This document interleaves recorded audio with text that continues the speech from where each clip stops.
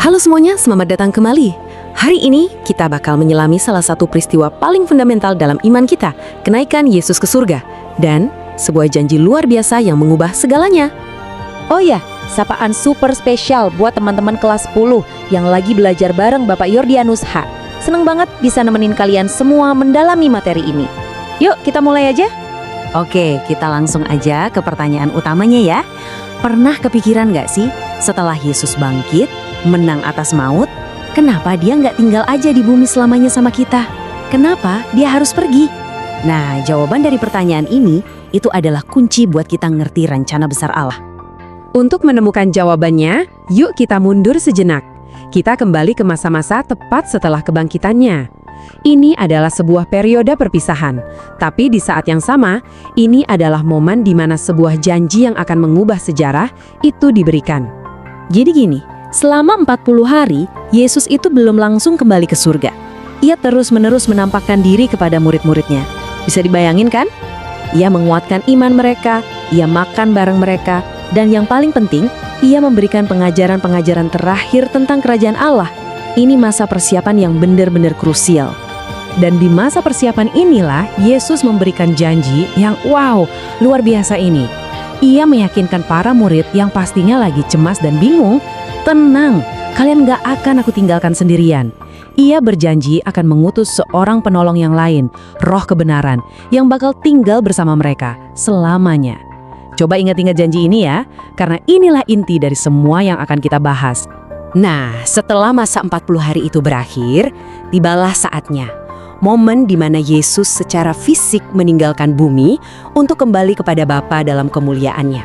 Coba deh kita bayangin sama-sama pemandangan ini. Para murid lagi menatap guru mereka, dan tepat di depan mata mereka, ia terangkat ke langit. Bukan hilang tiba-tiba ya, tapi naik perlahan sampai awan menutupinya. Peristiwa ini jadi semacam penegasan visual. Ini loh keilahian dan kemuliaannya yang tertinggi. Jadi, kenaikan ini bukan sekedar pulang, maknanya itu dalam banget. Pertama, ini adalah momen di mana Yesus dalam kemanusiaannya masuk ke dalam kemuliaan abadi Bapa. Kedua, sebagai kepala kita, kepala gereja, ia seolah-olah membuka jalan duluan buat kita, supaya kelak kita bisa menyusulnya. Dan ketiga, ia sekarang ada di hadapan Bapa sebagai pengantara kita, yang gak pernah berhenti mendoakan kita. Oke, sekarang kita balik lagi ke pertanyaan kita di awal. Jadi, kenapa sih dia harus pergi? Tujuannya apa? Nah, di sini nih, kelihatan banget hubungannya. Kepergian Yesus itu bukan akhir dari cerita, tapi justru sebuah awal yang baru. Misinya di bumi secara fisik sudah tuntas, dan kepergiannya jadi syarat mutlak supaya misi gereja bisa dimulai. Dan misi itu butuh kekuatan dari Roh Kudus, jadi bisa dibilang, ia pergi supaya Sang Penolong bisa datang. Terus, siapa sih penolong ini? Dalam bahasa aslinya, bahasa Yunani, ada kata parakletos. Artinya itu kayak banget loh. Dia itu penolong pas kita butuh kekuatan, dia itu penghibur pas kita lagi sedih, dan dia itu pembela pas kita dituduh. Intinya, dia adalah pribadi yang dipanggil untuk ada di sisi kita, melanjutkan kehadiran Yesus dengan cara yang baru dan jauh lebih universal. Oke, janji sudah diucapkan. Yesus sudah naik ke surga. Para murid pun taat. Mereka menunggu di Yerusalem berdoa bersama. Dan penantian mereka dijawab dengan cara yang paling dahsyat. Inilah dia, momen Pentakosta. Tiba-tiba, kedengeran suara kayak angin kencang memenuhi rumah tempat para murid kumpul. Terus, mereka lihat ada lidah-lidah api yang hinggap di atas kepala mereka masing-masing. Dan seketika itu juga, mereka semua dipenuhi oleh Roh Kudus. Janji itu telah ditepati. Nah, ini poin yang paling penting. Dampaknya itu langsung kelihatan. Para murid yang tadinya sembunyi, ngunci diri karena takut, sekarang berubah total.